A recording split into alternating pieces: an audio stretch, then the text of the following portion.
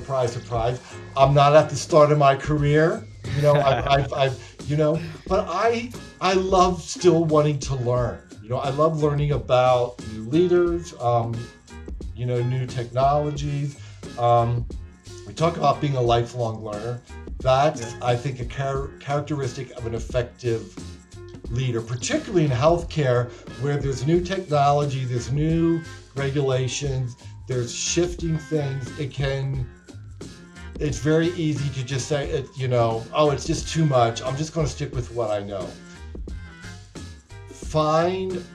For me, it's important to find a way in my work life to be able to pause and to devote time to learning, to figuring out how can I build in learning, whether it's some webinars, whether some readings that I can check into, is there a conference or something maybe on the weekend or in the evenings that I can check into and find out. And even if it's not like this is not directly related to my work, even if it's just to sit there and sort of absorb and listen.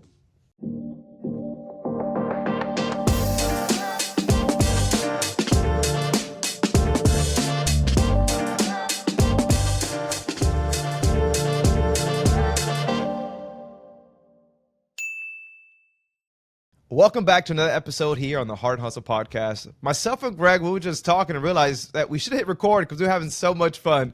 But we'll talk about it, man. Let's get into it. Once you thought your purpose was to start a church, Greg, and now you're actually helping people live fully by owning their truth. What flipped the script, man?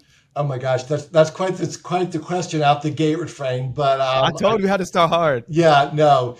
So it is, it's all, first of all, let me just say that's all part of my journey. It's all part of my story. And one of the things that I believe in for myself and I share with others is that regardless of what has happened in your past as part of your journey, it's all part of who you are. It's all part of the package that makes you, you.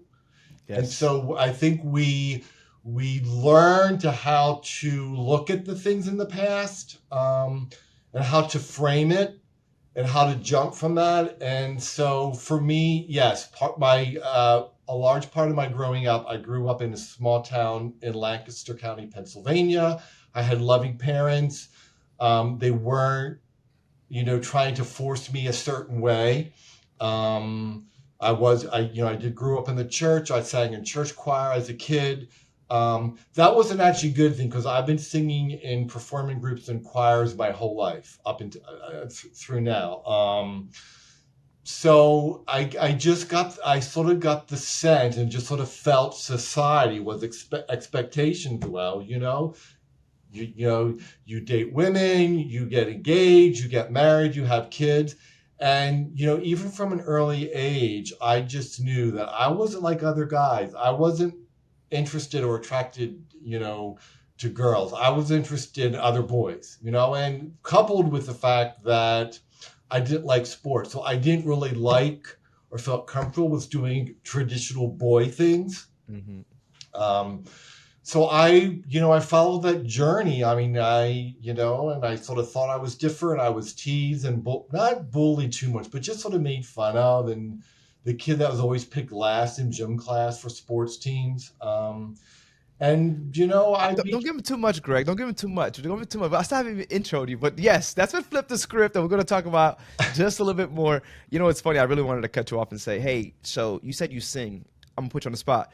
But listen, I hated that. I actually was in chorus myself. I was in chorus for 4 years. And people always say, so you sing? I'm like, no, I used to. Don't ask me to sing. I'm not doing it. And some of my chorus buddies, they're like, no, Ephraim, you sing. And I'm like, I don't sing anymore. I mean, I do love to sing at home, in the car. But I'm probably not as good as you, Greg. I'm not a good. Matter of fact, what are you doing? Baritone? What are you doing? I'm actually a bass. A bass? That used to be me. I was a bass. Oh, I love Lord. it. We gotta do this off. We gotta connect, after, do a little for tone sure. or something. For sure. So, listen, Greg, I appreciate it. For those that are asking who is our guest, Greg's is a total MVP in his space, and I love it from the first time. Today's guest is someone whose story is just all heart, and all hustle.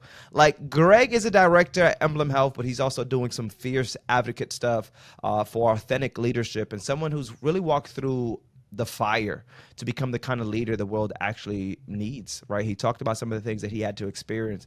And it's always so cool when I hear that people find themselves. Sometimes they never find themselves, Craig, or sometimes they'll hide and never be who they truly are because some of the things that you mentioned, and we'll get to that. So that's why I'm so excited. I'm a big believer that we should tell very real stories, that we should be ourselves at all times. And Greg, when we first met, you were very yourself. You were very proud, and that's what I love most. And I'm hoping that people get to kind of see that through this conversation. So thank you, Greg, Thank for you. being here, man. Thank you. So kind of to what you were mentioning, man, let's kind of go back into it. Walk me back. What did life look like when you were trying to live up to everyone's expectations? Was it happy? How were you feeling inside? Talk to us about those parts of your life. I I I don't know that I ever felt the same way. I mean, I think Mhm. it was a fluctuation of emotions. I think there was in the back of my mind there was sort of this feeling of not good enough, of shame. Sometimes that felt more strongly than others. Mhm. We talked about singing when I was singing, and I for me, what the joy of singing is being part of a group. I'm not a soloist. So being part of a group and singing in exciting places and joyful songs. So when I was singing, when I was part of the High School Musical Glee Club, I didn't feel shame. I felt like fun, and I felt like I belonged. And I think that Mhm. um, as a leader, as we want to ensure that we help to build a culture and create a space for people to feel like they belong, um, that they can show up. We hear a lot about being authentic. That just means that they're comfortable, and we don't make them feel like they have to be somebody that they're not. Yep. Um, What was that moment you knew you just couldn't fake it anymore? Was there a specific conversation? Was there a moment? Was there a breakdown? it was actually going back to what you and I talked about in the previous conversation. It was at some point when I was engaged to a woman. I was living in Atlanta, and I thought, I can't do this. This is just not going to work. I was engaged to a woman. I was trying to start a church, a small church in the Metro Atlanta, um, and I had gone to this religious fundamentalist church that had an ex-gay group of guys that were trying to deal with being gay and not being gay, and it was like, oh my god, this is crazy. you know, this is crazy. I didn't even know Um, that existed. and it did then. It probably, and to be honest with you, Afrain, I mean, I don't mean this judgmentally, Hmm. but when I was sitting there, these were guys that were tortured and had all kinds of issues in their lives that were trying to make sense of. And I'm thinking, being gay is the least of your worries and your concern, people. Hmm. There are other things that you can work on develop. So I got through all of that very gratefully, I think, unscathed. I could have some severe, mental issues and health issues, and maybe some people might think I still do, but generally, I came through that and was able to sort of embrace myself and move on. But in the midst of that, I thought, this is just it doesn't make sense for me to try to be who these other people think I'm supposed to be. Um, and I Hmm. was living in Atlanta, and I was aware of this big, LGBT community in a large city. I'm like, this is where I need to jump in. This is part of who I am. I need to explore this. And once I sort of realized that, it really wasn't that difficult to realize. Stop trying to be someone you're not. Yeah. And that led to success at work, success on my relationships, community involvement, et cetera, et cetera. Now you're on the other side. Yeah. You're happy. You're thriving. You're fully you. What's the biggest misconception people still have about being authentic and being your true self. And we're in this place, Greg, more than ever now. Like it was probably way harder back, when you mentioned your younger days when you were engaged. But now it's there's so much things going on where people can feel inclusive, right? But you really had to fight for what we have today. So, but for the right reasons. And now look at you. We're having a good time. We're having a good time talking about tea and coffee and all Yep. these different things. And truly, you could just see yourself just lit up and excited about life. Talk to me about it, man. What was that biggest misconception people still have about just being yourself?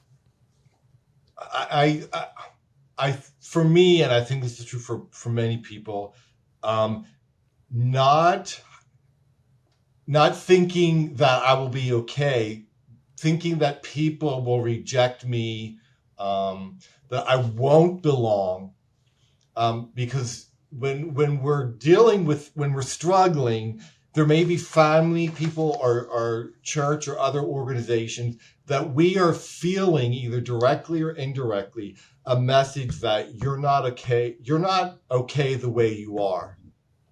You Mm-hmm. need to change, whether they're direct thing that's saying, you're shameful, you're sinful, whatever they may, or they're just feeling that.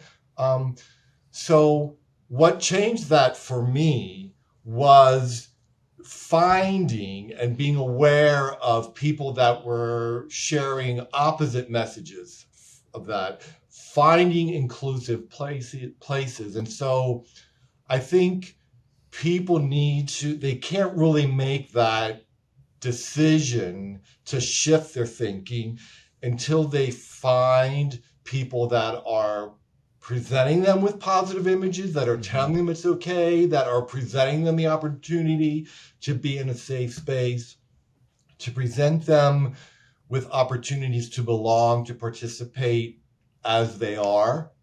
um, Now, there are those of us who are more sort of, leaders and stand up and maybe a bit of a rebel and say, I don't care what you say. I don't care if there's nobody that's going to accept me. I'm moving forward. This is who I am. You know, Haters hate, but I've got no time for you. I'm moving on. And, I applaud those folks. They can help create a path for those of us that aren't like that. Yeah. But I think for many of us, we have to find those places where we begin to feel accepted, okay, embraced, hugged. It's okay. This is who you are. I love what you're doing. That looks great. Affirming who we are and affirming our strengths and affirming the ways that we contribute and participate in any Yeah. professionally, personally, community, family. You're so amazing, man. Thank Greg, you, you, you, Afraid. you mentioned last time as well. You said every leader's power begins with owning his story or their story, right? Could be he or she Right. owning their story. When did you realize your story was actually your power? That was your superpower. That is an interesting. Um, I I think I think some of that was coupled with sort of my spiritual awareness. Some of that comes from just sort of things that I've read and different people that I've read through the years. I read some, people when I was still living in Atlanta and after I shortly came out, sort of like gay positive spirituality and theology. And so I began reading some of that, and that affirmed and gave me, I became involved with the LGBTQ employee resource group at Hmm. AT&T, which is where I was working when I came out. So I had role models and people that were just already showing up and living their lives and having success. That was part of it. And then I think just my own spiritual growth and journey has helped to affirm that. And, one of the things that you and I talked about before, which I think is very, very true, is that none of us, regarding whether we're a person or we're an organization or a belief, no one person or belief has the monopoly on truth. If we are open and honest, we can find truth resonating in all kinds of fun, funky, crazy, interesting, and boring places. I love it. Well, what are some interesting leadership that you've learned? You talked about just really surrounding yourself with people that cared, poured into you, loved you for who you are. Um, maybe like what did you learn from them? It could have been family, friendships, or even failure. What do you learn from them when it comes to the leadership aspect outside the office? These people that are just pouring into you at all different, avenues. Gosh, that's you sort of stumped me because I'm not quite sure where to start. I think I'm going to start with personal relationships. After I had been out for a while and I was and that and I felt and I saw that people were responding positively in the Hmm. workplace. Just in the course of different things I was involved with, and I found that I was getting positive responses from younger straight guys, to be honest, because Hmm. once I came out, and then I sort of, the part of the gay world that I was part of was like, oh, well, we stick to our own and you can't really trust um, people. And sort of the stereotype of, Yeah. straight macho guys, they're our enemy. And it's just like, that was just not true. And I find people not like me, embracing me and accepting me and hearing what I have to say, and I can joke with them. It's all about just relaxing and letting go of this. I still carry that expectation that, 15, 20 years after I came out, that I think people expect me to be a certain way. That sort of personally on as far as sort of known leaders. I got to hear at a professional conference a few years ago the speaker Jay Shetty, who his big book was Think Like a Monk. Very good. Yeah, Yes. and Very good. I mean it was almost like this profound connection and understanding of what he was saying.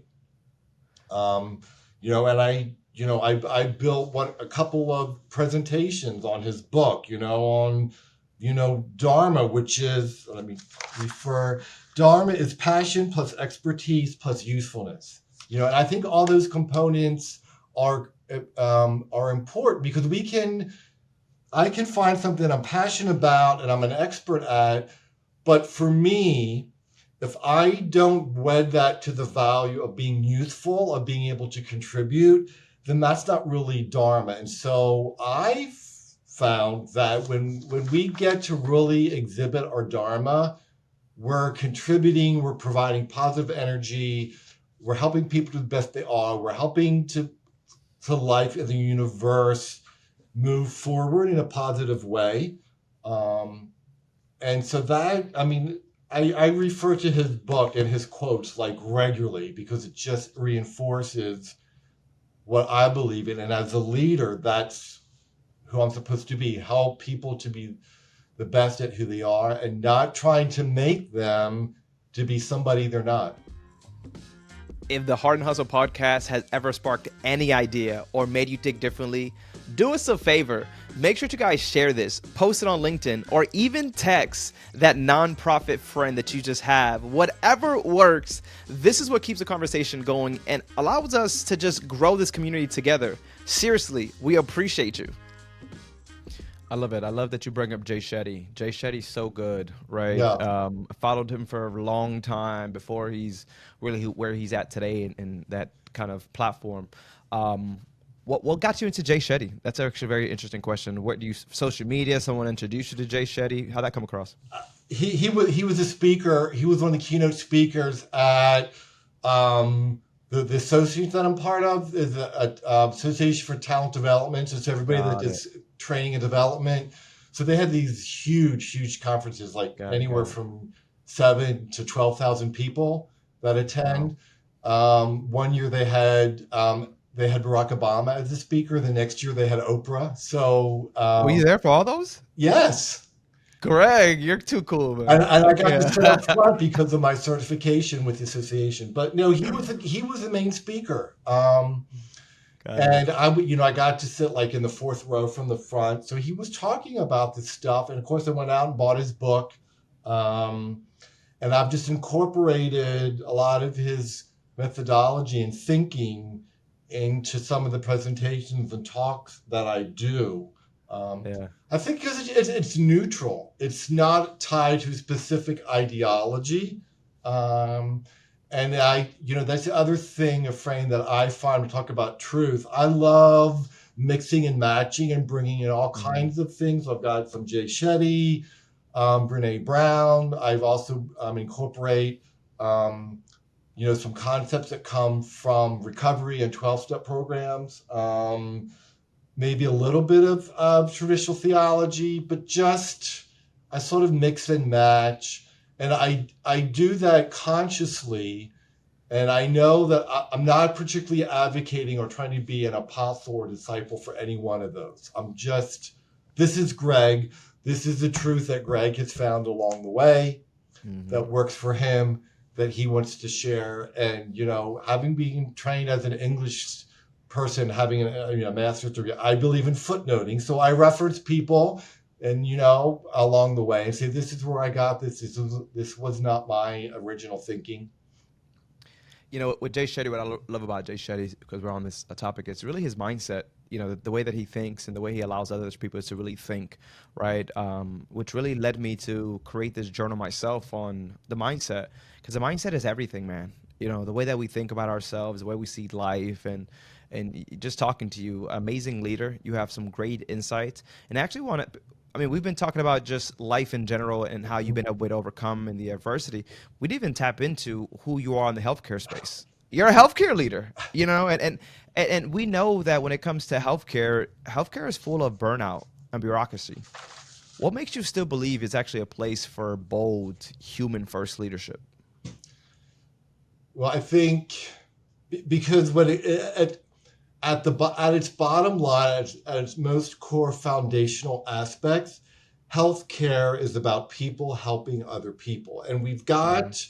we have tools, we have technology, um, but they're to assist. And I think what we're finding is it's interesting, Efrain. You've got all kinds of technology, you've got startups, you've got biopharma, you've got Mhm. all these niche little technology concepts and organizations and leaders and people that are trying to use technology to aid in more effective, more efficient human to human contact with the patient, with the member, and their provider, whether that's a nurse, a clinician, a wellness coach, um, you know, whoever that is, just it's on and on. And so I think it's exciting to sort of find those of us that still believe that's important, and Yeah. to not get too frustrated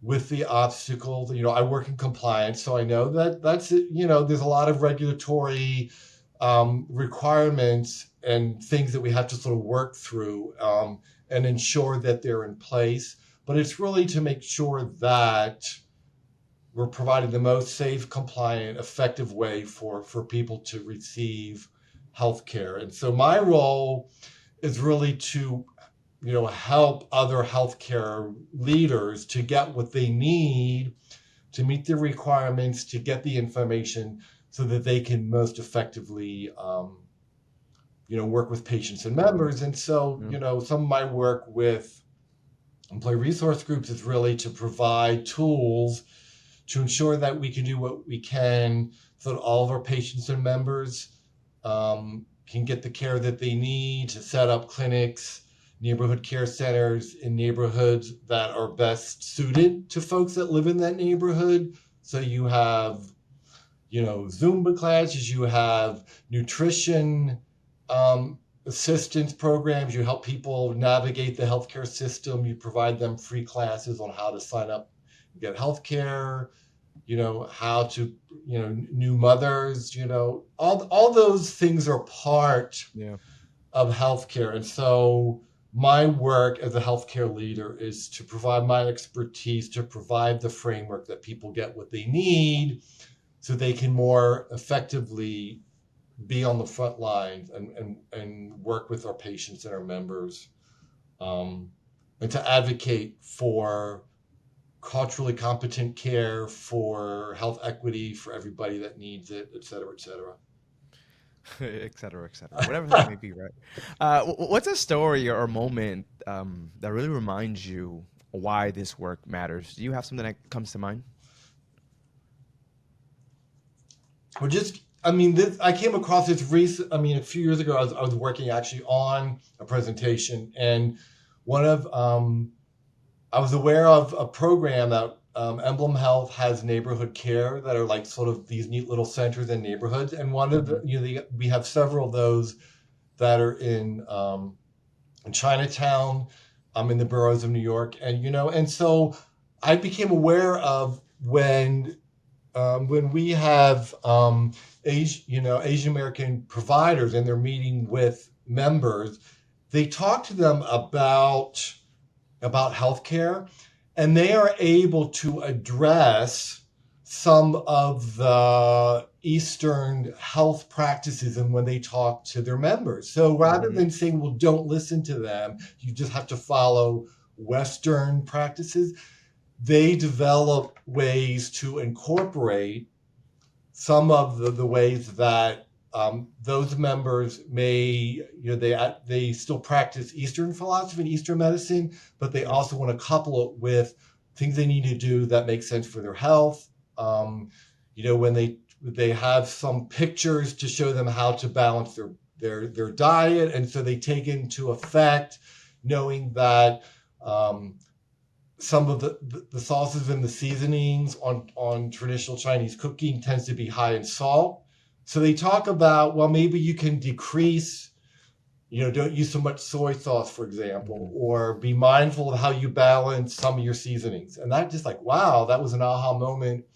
We're not saying use this or the other. It's like, how can we balance and incorporate things that are part of our patients and our members' day to day life and still advocate for them and show them how they can take better care of their health, how they can have a diet that works for them. So that, yeah, that was just an example of how we can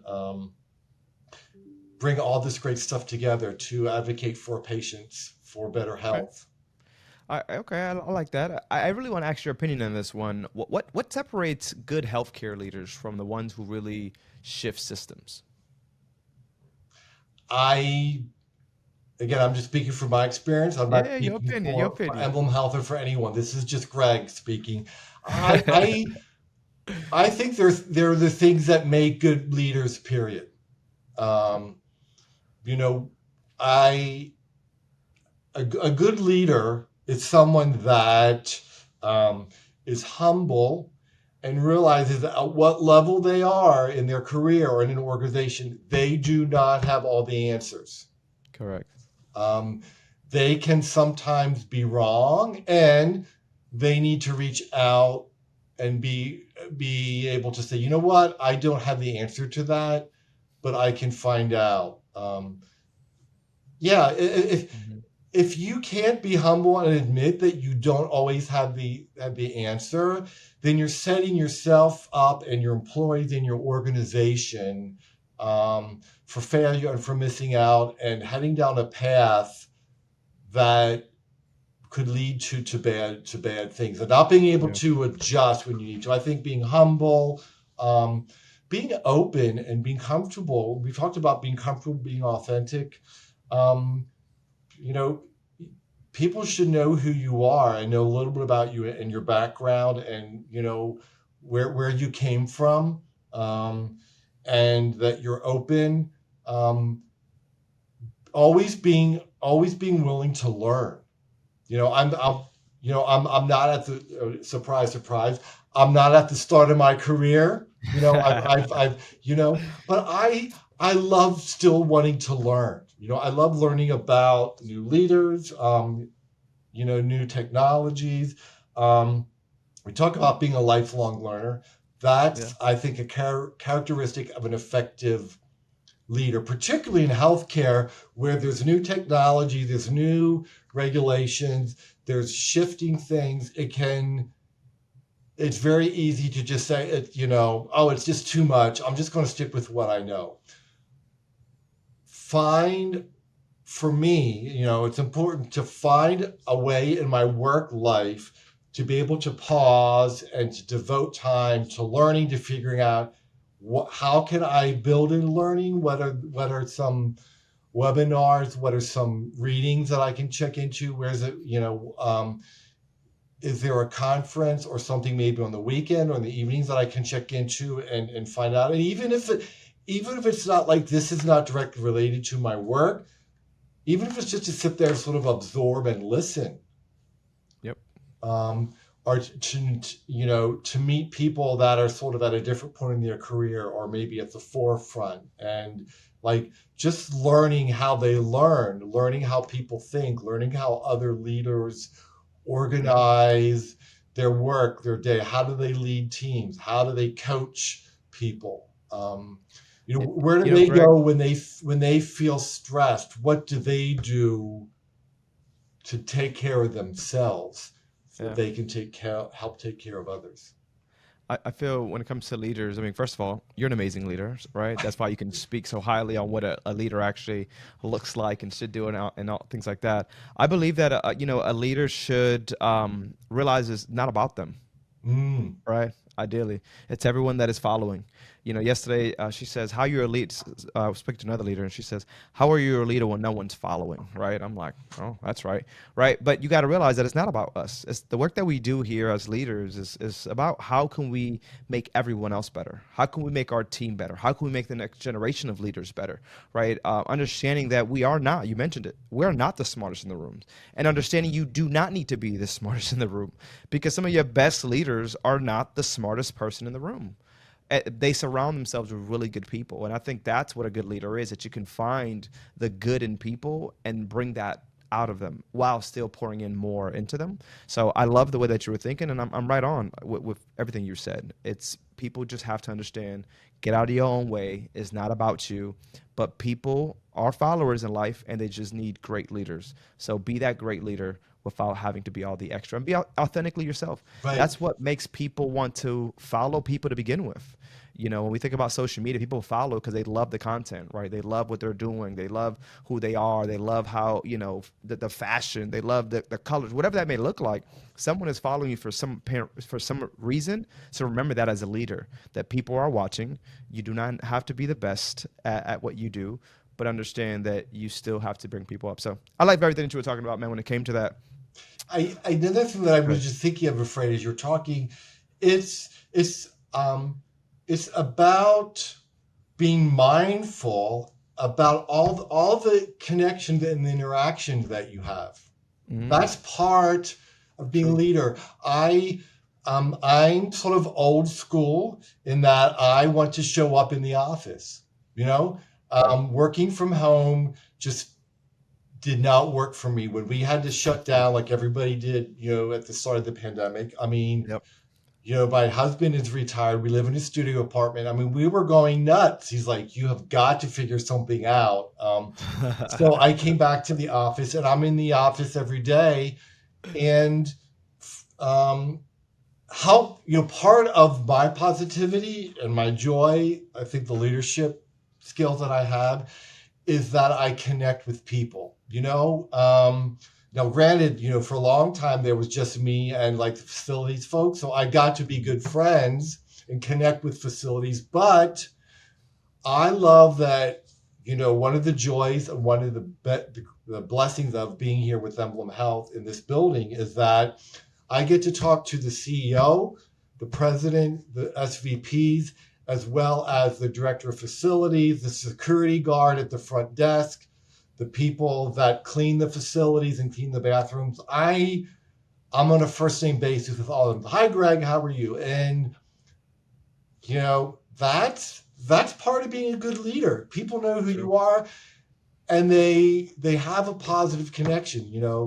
They don't run from you, or like they don't, it's not the equivalent of like in the office of running to the other side of the street because you don't want to run into that person.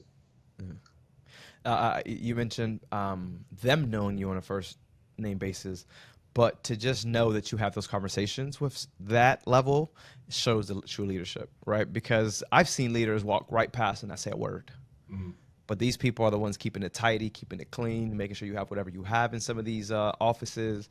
And it's like the most you can say is, hey, thank you. Hey, Right. I see you, right? So goes back to that good leader. You're a good leader, Greg. You keep telling us why you're. I know you're a good Thank you. leader, Greg. Thank you. No, I'm so excited. And by the way, you're a good host. Oh, I appreciate it. Stop it. Stop. You're too kind. Greg, I really want to talk about when we talk about just looking forward and innovation, and you kind of touched a little bit as a leader on how we should be in different rooms to kind of see what's happening. And leaders are now figuring out that AI is in a space where it could be really beneficial for people in the healthcare system, people in the nonprofit system. But people are really scared. Some people are truly scared. How do you personally make peace with it as a leader, knowing that it's here, it's not going away? That you raise a good point, Efrain, and I think it starts with you. So you sort of have to just commit and say, "Okay, I'm going to jump in and find out exactly what it is. How does it work?" It's like, and it's like a lot of things. If you're scared of it, you sort of have to start to figure out, okay, well, I need to learn something about it. And that's, again, for me, I went to the ATD conference last year. I went to a smaller training conference, and I went to all these workshops about AI, and I was just blown away to realize what it is and how it works. And, the leaders kept saying, pairing humans with AI is really how we need to go. Being able to figure out how can we use AI and what can we not use AI for. AI is not going to take the place of humans, is what I heard. Yep. But What I heard. we need humans to be able to understand how to partner with AI and how to use it, how to let it use the things that we're not really good at or don't have the time for, or are tasks that sort of frustrate and are menial. And guess what? We can then allow our people to be trained to do things that are higher level, things that they're more interested in. If we can take away the work that sort of frustrates and is mindless, help have them learn how to have AI do some of those tasks. And, Yeah. and so seeing people excited about AI and learn about it. And then, of course, we need to be able to make sure that we've got the infrastructure, the governance, the policies, all those things in our organizations that can help steer the conversation and the learning and the adaptation of AI. But AI is just one form of technology. There's a Correct. lot of there's a lot of things in the field of healthcare. How can we best leverage electronic medical records? How can we leverage that? How, pairing patient portals with EMRs and allowing members and patients to really use the patient portal, and not just using it, but providing opportunities to train and to allow our patients and our members to know how to use the patient portal. Right? That's a Yeah, big when you thing. talk about just technology and even in the AI space, there's so much opportunity, as you mentioned, where people are still a little afraid because they feel like it's a replacement to a job or to a human. But in reality, it's a tool for a human to do their job even better and show up in places where they haven't showed up in a while, right? I'm a big user in AI, and I was one that I knew about AI 3 years ago. However, it took me till last year to really start to work with AI and realizing some unique things that it does and how it saves time and to me makes me more creative, I think sometimes. The craziest part to ChatGPT, do you use ChatGPT often, Greg? I don't. That's on my list to So to I'm gonna show you. Hold on, real quick. to learn it. So first of all, don't get confused. I got books back here because people gifted it to me. I don't really read, okay? So let's talk about it, right? This book right here, I was gifted Wow. by a leader as I was walking away from the airline industry. And the book is The Success Principles from Jack Canfield, co-creator of Chicken Soup for the Soul. I don't know if you remember that. I kind Yes. of Yes. maybe I aged myself a little bit right there, Um, but that was a really yeah. good book. That, And that was like the early 90s, I think, maybe. yeah, early 90s. So I'm not reading this book. Okay, there's a lot of different things. Hmm. I start to read. What happens, Greg? I start to read, and then I start thinking about lunch and about outside and my plants, and yeah. So I went into ChatGPT and I said it knew what I was doing because I've been talking to it. I said, hey, can you break down this book, The Success Principles by Jack Canfield? And because it knew my Mm. space and my lane, it literally just broke down the book in segments on your mindset shift, on leadership, everything it knew that I needed. And I'm like, wow. So now I could, instead of having to read all these pages, I could read something, a little shorter that because our attention span, Yep. attention span these days, I only got but so much of it. Like I don't know what happened. Social media done ruined it for us. But I truly do, man. I use it in so many ways. And in the nonprofit space, I see people using it to write grants. In the Mm. healthcare space, I can Awesome. imagine maybe emails, Yep. putting in there and just tweaking it or making it more relaxing or whatever it is. You could literally put Yep. in whatever you write every day. Say, hey, can you make this more funny? And it would just make it more funny Mm. for you, but still using your own words. So again, it is prompting, and I think that's what people. AI works off data. So the Yes. more data you give it, the better the prompts, the easier it becomes to actually do the work. And in the healthcare spaces, I see things such as SMS tools that when people are needing to know appointments, that they can just text in. And because it's integrated with whatever that healthcare system is, it can tell them what their appointment's at. Oh, they left and they forgot the prescription, what it was called, or they forgot what, Mm. well, guess what? They can just text in and AI, because in the AI box, it can just gift them that by a text message. Like when I talk about technology in the AI space, it is pretty cool. But I love that you're like in these rooms. Maybe you're not using it, but you're seeing some unique things. Like, oh my God, that's a game changer. I was actually working with one of my board members in a nonprofit, and I was so happy. I'm gonna tell you why, Greg. She's 70 plus years old. I don't know the exact age. I just know she's in her 70s or something, and she's never used ChatGPT. But we had a project that we had to do something. It was like copy and paste, Hmm. fairly easy. You prompt it one time. I realized we can get this done in 10, 15 minutes. She was going to write 13 different bio scripts because we got scholarships coming Yep. up, and she was going to write 13 of them. That means she had to read every essay and every recommendation letter to figure out a 30, 45-second script. And while it may sound like, oh, that's nothing, that's a lot of reading, a Hmm. lot of thinking, a lot of time.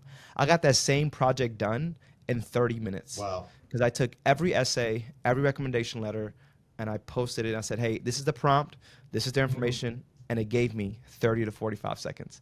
And when she's seen that I'm showing her, she's like, oh my God, are you saving this? And I just started laughing. Yeah. And I was like, it's already saved. It's in here. And now she's like, man, Ephraim, I would love to learn this. Like, it looks like so much fun because when you need ideas, that's why I think I'm really creative. Whenever you need ideas, it gives you the ideas.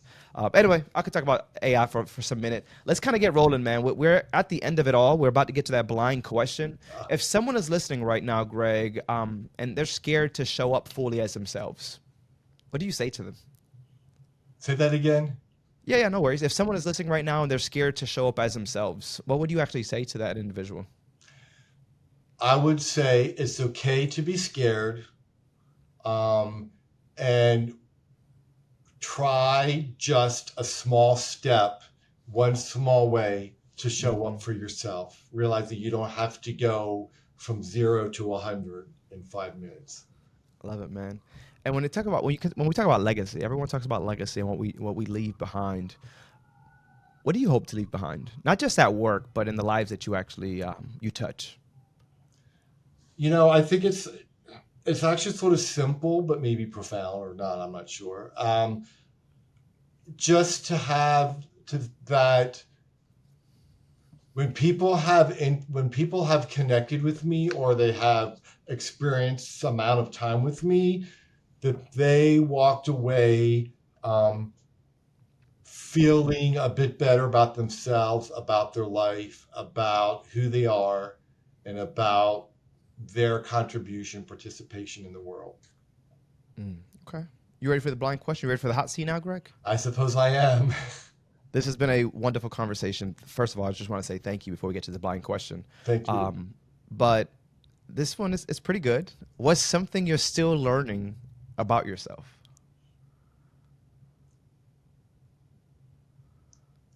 I am learning that I can still be surprised, and that I can be touched emotionally in ways that I didn't expect. Okay. I love it. I love it. Greg was ready. He was ready, man. Greg, you have been phenomenal. Where can people find more information on you, LinkedIn, social medias, but also about Emblem Health for people to know more about what you guys are actually doing as an organization? If you guys Well, want to touch on some points but there. yeah, I mean, well, Emblem Health, we're a regional health plan based in New York, so we're health insurance, and so we're not a big. Hmm. We focus on the New York City area. We've got, and so that's sort of, Emblem Health. You can connect with me on LinkedIn, um, email, gridercplp@gmail.com. Love it. And then is it Gregory Ryder? Because you told me don't call you Gregory, call you Greg. So would they look up Gregory Ryder on LinkedIn if they wanted to connect with you? Is it On Greg LinkedIn, Ryder? it's Greg Ryder. See, I had to help you because they were going to put in Gregory. They're not going to Yeah. find you, Yeah. Greg. Yeah. And another plug, you talk about singing. I'll just say this. I've been a member for like 26 years of the New York City Gay Men's Chorus. So check us out, NYCGMC, on Instagram or TikTok. We always are posting fun videos. And I've got to sing with them in some amazing places: Carnegie Hall, NBC Today Show. I got to sing in Madison Square Garden 3 times for the Knicks Pride Night, for the New York Rangers Pride Night, and as backup to Hugh Jackman on one of his tours. So there, how's Stop that? it, Greg. You're a star. I'm talking to a star right now, Greg. Greg, what Well, was the just Instagram? as a member of the chorus, not a star. So I had What to is the drop all that impressive stuff for you. So what is the social media again? I didn't catch it, so I couldn't type it in. it's G Rider CPLP, I believe, is how you'll find me on LinkedIn. Under the Instagram for the course. Oh, NYCGMC. All right, cool, cool. I'm gonna look it up. I'm gonna look it up. Yeah, man, I love choruses. I don't know if you watch America's Got Talent, but every time a chorus Yes. goes up there, Yeah, and and and the they voice, we're big time voice. I love it. Yeah. yeah, yeah. I'm a big. I stopped watching The Voice ever since they just started changing judges. It was just Uh, never the same for me. yeah. That's like American Idol. Like there's some talented individuals right now on the season, but I just can't watch it. It's just not the same. You don't have Simon and Randy and Mm. Paul. Like it's just not the Yeah, same. I came But in watching them later. So, but yeah, I mean, look, AGT's my thing. AGT's yeah, my thing.